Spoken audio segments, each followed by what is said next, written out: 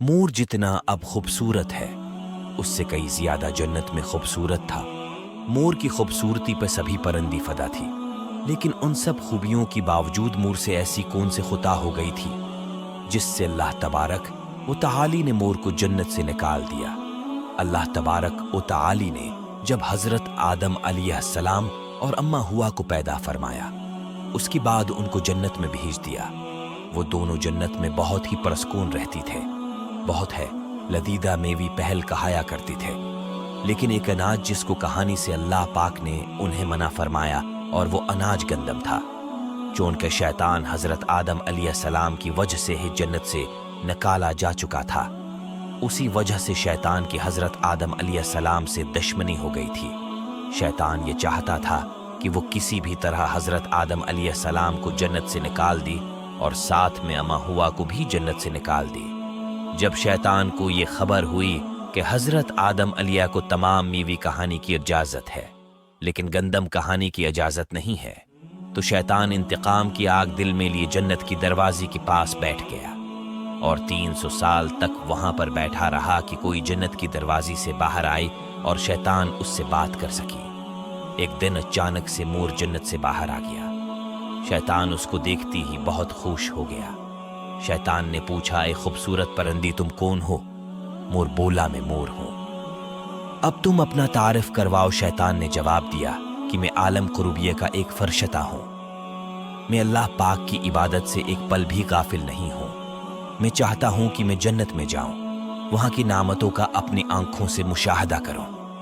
شیطان مور سیکھنے لگا کہ تم مجھے جنت کے اندر لے جاؤ، میں تمہیں 3 ایسی باتیں بتاؤں گا جس سے تمہیں ابدی زندگی حاصل ہو جائے گی، تمہیں بڑھاپا اور بیماری نہیں آئے گی، تم ہمیشہ جنت میں ہی رہو گی۔ شیطان کی یہ باتیں سن کر لالچ میں آ کر مور نے کہا کہ مجھ میں تو اتنی طاقت نہیں ہے کہ میں تمہیں جنت کے اندر لے جاؤں، لیکن ایک سانپ میرا دوست ہے، وہ شاید تمہاری مدد سکی۔ یہ کہہ کر مور سانپ کے پاس آیا، اس کو ساری بات بتائی۔ سانپ بھی شیطان کی باتوں سے بہت خوش ہو گیا، پھر شیطان کو اپنی منہ میں چھپا کے جنت میں داخل ہو گیا اور یوں شیطان اپنی چال میں کامیاب ہو گیا۔ جنت کی تمام نگہبانوں کو یہ معلوم تھا کہ شیطان یہ چال چل رہا ہے اور جنت میں داخل ہو چکا ہے۔ فرشتی شیطان کو جنت سے نکالنے لگی، تب ہی اللہ پاک کا حکم ہوا کہ اس کو ابھی تک جنت میں ہی رہنے دیا جائے۔ وہ فرشتی اللہ تبارک و تعالی کی حکم سے رکھ گئی۔ شاید یہ حضرت آدم علیہ السلام کا امتحان تھا۔ شیطان حضرت آدم علیہ السلام کے پاس اور اماں ہوا کے پاس جا کر اپنی محبت کا اظہار کرنے لگا۔ وہ دونوں ہی شیطان کو پہچان نہ سکی کہ ان کے ماضی کے مقابلے میں شیطان کی شکل تبدیل ہو چکے تھے۔ شیطان کہنے لگا کہ میں چاہتا ہوں کہ آپ دونوں ہمیشہ جنت میں اسی طرح زندگی گزاریں، ہمیشہ خوش رہیں۔ حضرت آدم علیہ السلام اس کی بات بہت غور سے سننے لگی۔ شیطان نے کہا، اگر آپ میرے بات مان جائیں تو آپ کو جنت کی اور بھی تمام سہولتیں ملیں گی۔ حضرت آدم علیہ السلام شیطان کی بھکاوی میں آ کر کہنے لگی کہ یہ کس طرح ممکن ہے؟ شیطان کہنے لگا، ایک گندم کا دانہ اگر آپ دونوں چکھ لیں تو آپ کو ابدی حیا حاصل ہو جائے گی اور آپ جنت میں ہی رہیں گی۔ یہ بات سن کر حضرت آدم علیہ السلام کی دل میں رجحان پیدا ہوا، لیکن ان کی دل میں اللہ کی نافرمانی کا خوف غالب آ گیا۔ جبکہ اماں ہوا شیطان کی باتوں میں آ گئی، جس پر اماں ہوا نے حضرت آدم علیہ السلام کو راضی کر لیا۔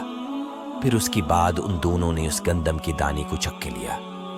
جیسی ہی گندم کا دانہ ان کے اندر گیا تو دونوں کی ستر واضح ہوگی، جس کے بعد دونوں اپنی اپنی ستر چھپانے لگی اور خوفی خدا سے کانپنے لگی۔ اسی دوران اللہ تبارک و تعالی نے فرشتوں کو یہ حکم دیا کہ حضرت آدم علیہ السلام اور اماں ہوا دونوں کو زمین پر اتار دو۔ حضرت آدم علیہ السلام کو سری لنکا کی قریب نیچی زمین پہ بھیج دیا، جبکہ اماں ہوا کو جدہ کی سرزمین پر اتارا گیا۔ جن خوبصورت پیروں سے چل کر مور شیطان کو جنت کی اندر لے کر آیا تھا، وہی خوبصورت پاؤں اللہ پاک نے مور سے لے لیے۔ سانپ جو اپنی منہ میں شیطان کو چھپا کر لایا تھا، اس کی منہ کی خوبصورت خوشبو کو چھین کر اس میں زہر ڈال دیا گیا۔ پھر مور کے ساتھ ساتھ سانپ کو بھی جنت سے نکال دیا گیا۔